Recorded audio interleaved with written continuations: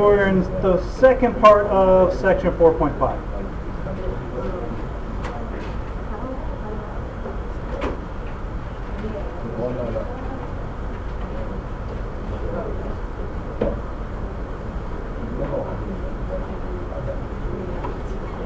So we're just going to everything that we talked about on Friday still applies to our function. None of that changes.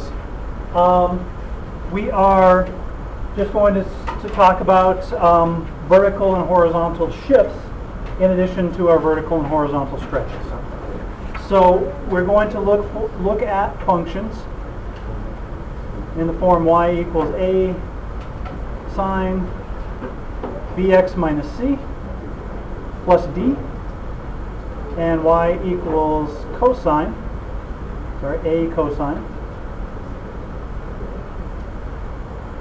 bx minus c plus d. So everything that we talked about on Friday with our vertical and horizontal stretches and compressions still hold. So our amplitude is still absolute value of a. So that's the same. And we said if a is negative, it just reflects our graph over whatever our axis is. Our period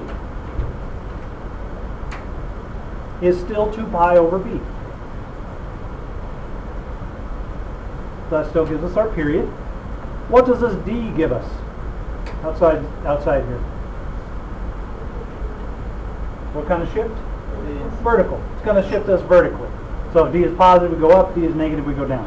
So vertical shifts is our d.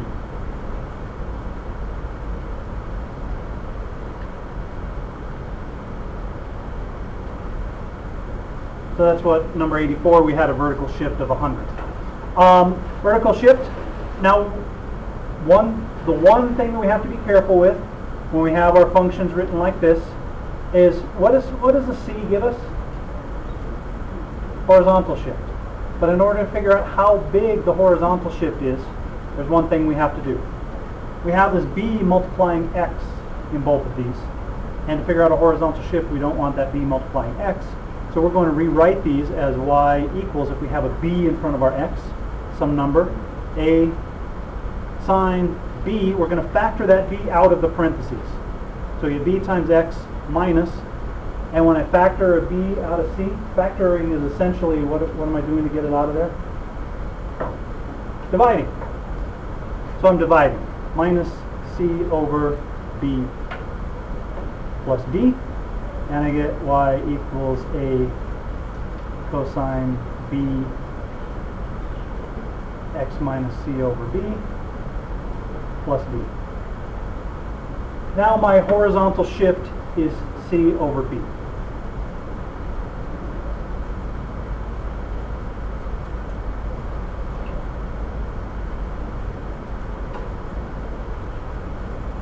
So now I have all the pieces of information that I need.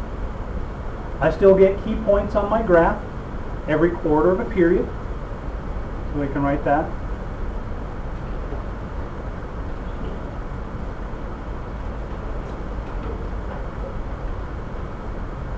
So that doesn't change. So this tells us our vertical shift, up or down. So rather than being centered, our graph going up and down from the x-axis, it's going to go up and down from whatever our new axis is that the d tells us, that vertical shift. And then our horizontal shift is given by c over b. Everything else stays the same. We're going to sketch our graph the same way. We'll just start by shifting where we start our graph horizontally by this many units, and everything else stays exactly the same. We don't have to do anything different but shift our starting point over, or we have to shift our starting point up or down if we have a vertical shift. So all I want to do is do a couple of examples of sketching these graphs with some shifts. We'll do 3 examples with different kinds of shifts. So we're good with this information. All we're really adding is vertical shift. That doesn't change a lot. And our horizontal shift We have to be careful if we have a b here in front of the x to factor that out to find our horizontal shift. Okay, so let's look at a couple of examples. Start out with the y equals cosine x minus pi over 2. So what I do when I graph these, I always start out by picking out all those important pieces of information. So our amplitude equals 1, because we just have a 1 out here. Our period. What's our period on this graph?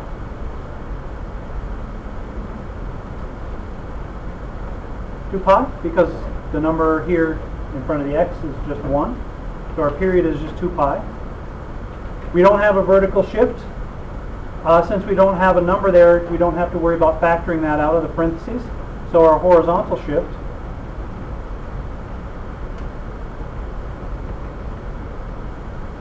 what does this tell us our horizontal shift is? Pi over 2 to the which direction? Right.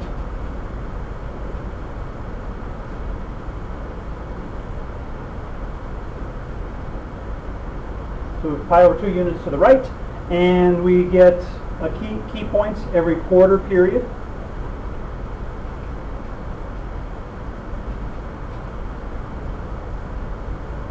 So every pi over 2 units. So now we have everything we need for our graph.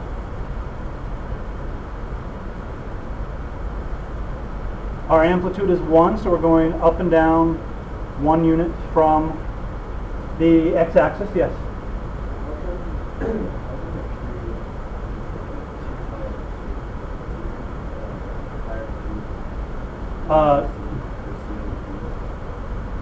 The b here, b is 1. So our period.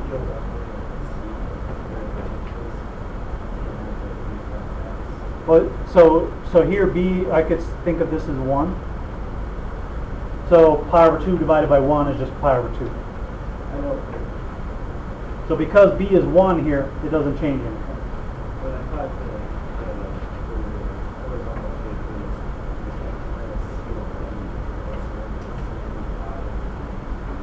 is No, so b, let's go back here really quickly. That's when we have a number other than 1 in front of the x. So if this were, and we'll do one like that in just a second, if this were cosine of 3x minus pi over 2, then I would have to factor out that 3 from the parentheses. Right, right. So here we have b is just 1, so we don't have to worry about it. All right, so we get our key points up and down 1 unit. We're shifting pi over 2 units to the right, and we get key points every pi over 2 units. So I'm just going to label my axis by pi over 2 units. Pi over 2, pi, 3 pi over 2, 2 pi, 5 pi over 2,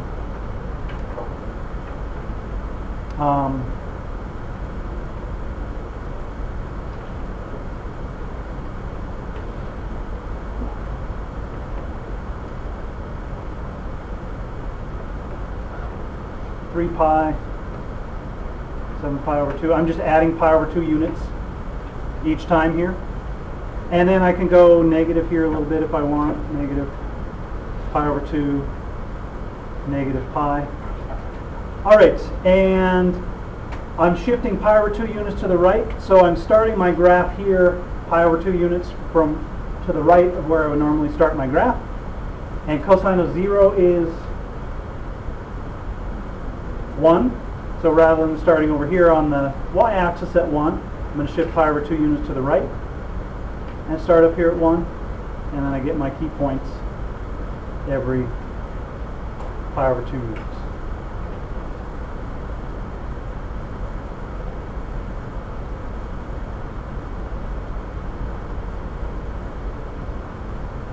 Let's see, this should go down here. I've got some points in the wrong place. Yeah. There, and that should be down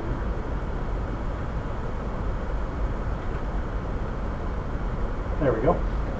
And let's continue this way. So I get a point here, and then a point down here. And this would go up to here, like so.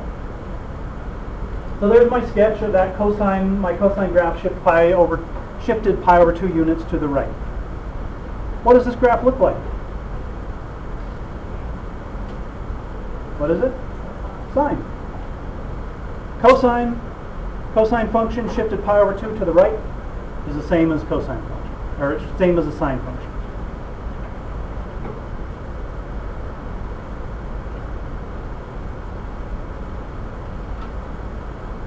They're the same graph. Y equals sine of x is the same as y equals x minus pi over 2. Cosine x minus pi over 2. They're the same. So we can think of the cosine function as being shifted pi over 2 units to the right from the sine function. And how are these angles, this x minus pi over 2 and x minus 90 degrees and x, how are those angles related? When we subtract 90 degrees, what do we get? If I have an angle and I subtract it from 90 degrees, we get its complement. So this is like that idea we talked about with the complement. The cosine of the complement is the same as the sine of the angle. So those two ideas are related to this. So everything kind of comes back around and connects back up. All right, questions on how we sketch this graph? Yes?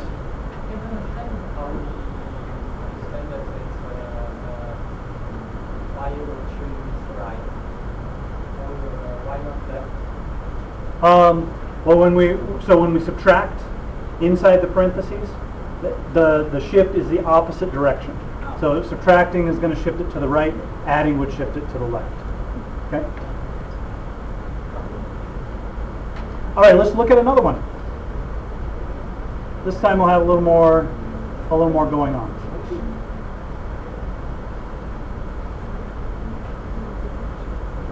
So y equals this time 2 sine 2x plus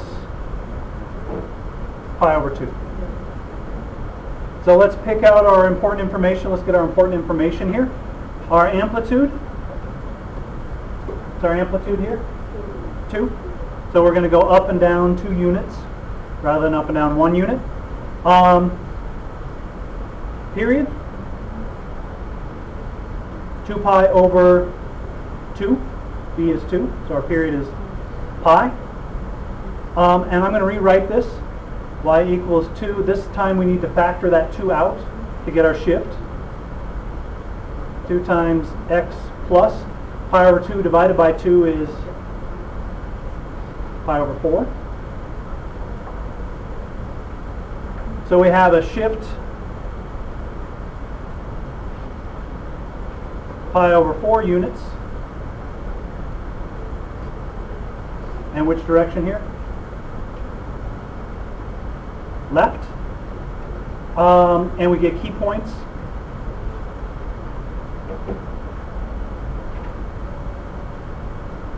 Every quarter of a period, so every pi over 4 units. And it's nice, I think the problems that we work, the shift and our key points work out nicely. It gets more difficult when your shift is, say, pi over 3 units and your key points are every pi over 4 units. So keeping track of those fractions gets it's not difficult, it's just a little more work to do. All right, now we're ready to graph.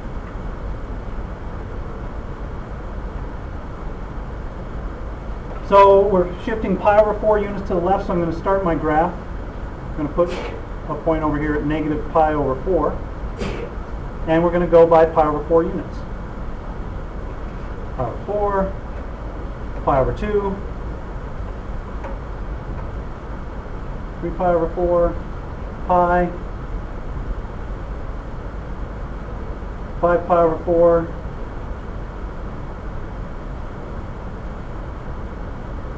3 pi over 2, 7 pi over 4, and 8 pi over 4 is 2 pi. And our amplitude is 2, so I'm going to go up 2 units and down 2 units from my x-axis. And now we're ready to sketch. So sine function, sine of 0 is 0. So I'm going to start my sketch, my graph here, and then graph my key points.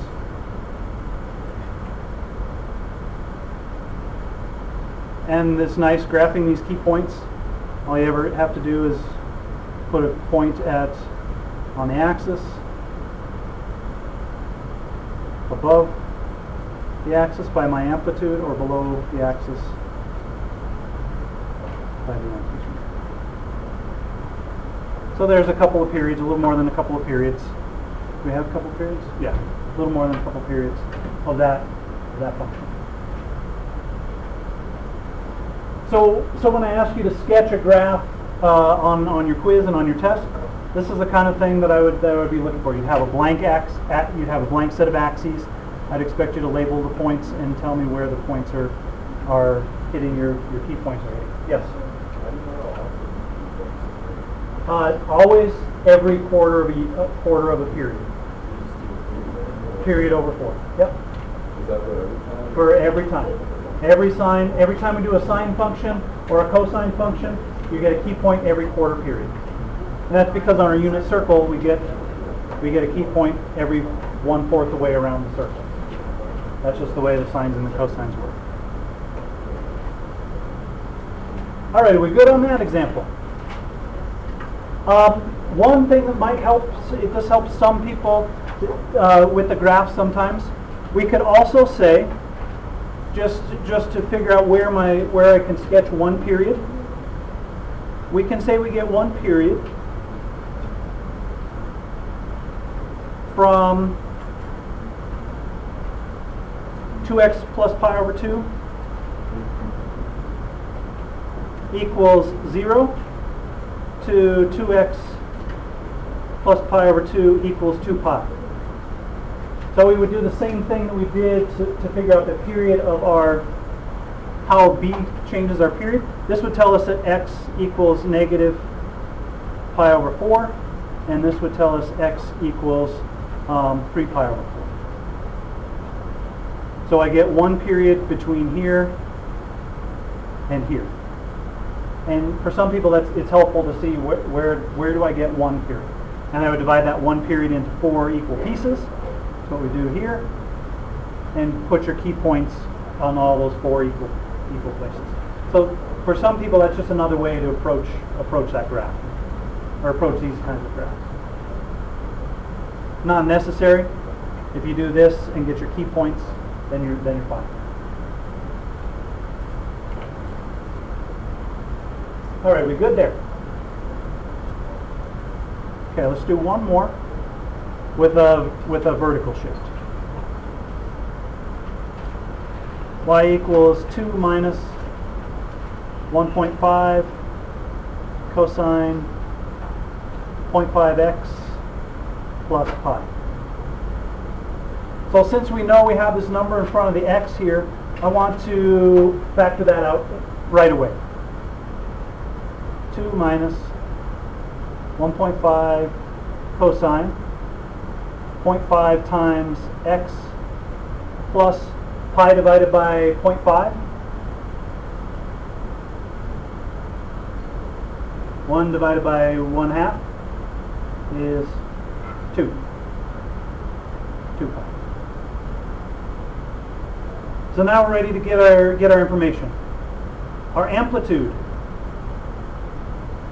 is 1.5. What does this negative do to us?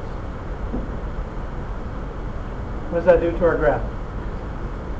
Reflects it vertically. And it did this. And flips it upside down, right? So this is we get a vertical reflection.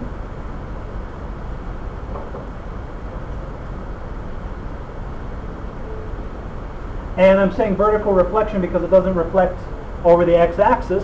It's going to reflect over our new axis. What does this 2 do to our graph?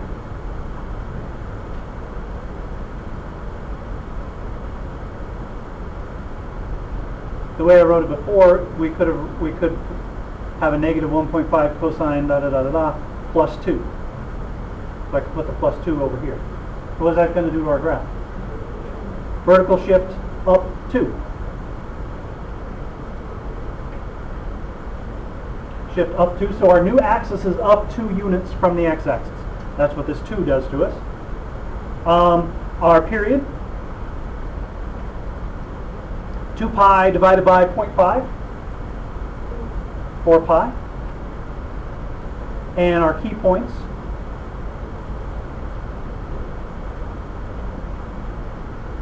every pi units. So now we're set, ready to start sketching. So there's my x-axis. And we have a vertical shift up, so I'm going to put this blue line, I'm going to shift this up 2 units. So this is at y equals 2.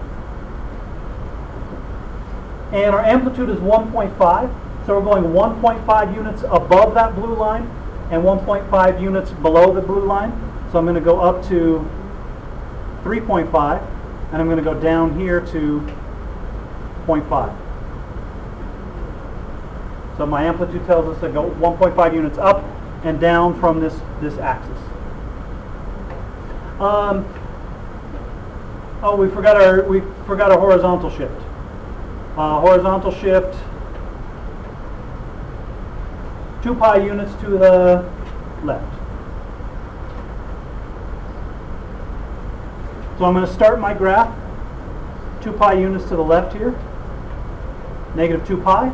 I'm going to plot a point every pi units. So negative pi, and then I'm going over here, pi, 2 pi, 3 pi, 4 pi, every pi units, plot a point. All right, so I'm going to start my graph over here at 2 pi. Cosine of 0, normally our cosine graph starts where? Cosine of 0 is, cosine of 0, 1. But we're reflecting it vertically, so I'm going to start below the axis rather than above. So there's my key point, and I'm going to plot my points every pi units.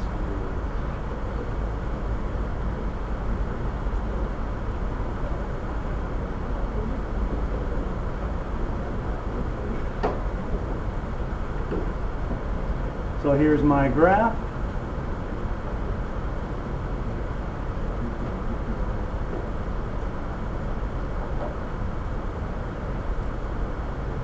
So there would be a sketch of a little more than 2 periods of this function. Normally cosine function starts above the axis, but because we have this vertical reflection, we're starting below the axis. So that would be my sketch of my graph.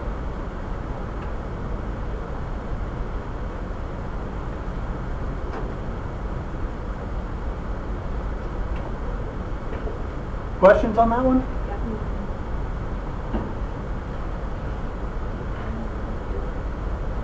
Okay. And then just one piece of information, one of the questions in your homework asks a question that this might help you with.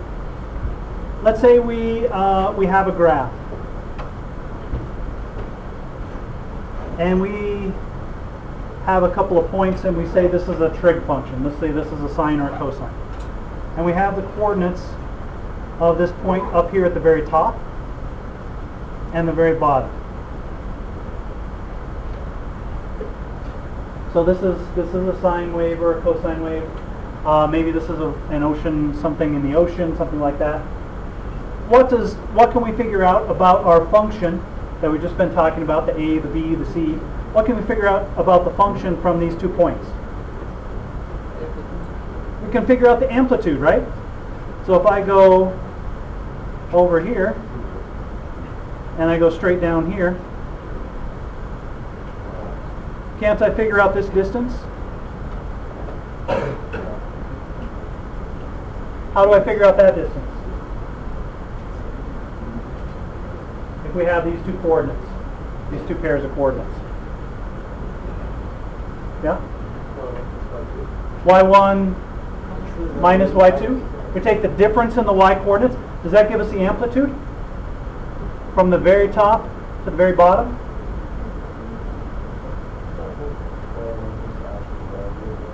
So that would give us the distance from here to here. Is that distance the amplitude? What did you say, Jack? Divide by 2. Because the amplitude goes from our axis to the top or our axis to the bottom. So the amplitude would be d over 2. How could we find this distance? Let's say this is a cosine function. How would we find this distance? Thinking about what we just talked about. Isn't that our horizontal shift? And what gives us our horizontal shift? C over B. So that little piece would be C over B. So there's one problem that you need to use this information to figure out. I think it asks you for an equation of a cosine function if it gives you this information. All right.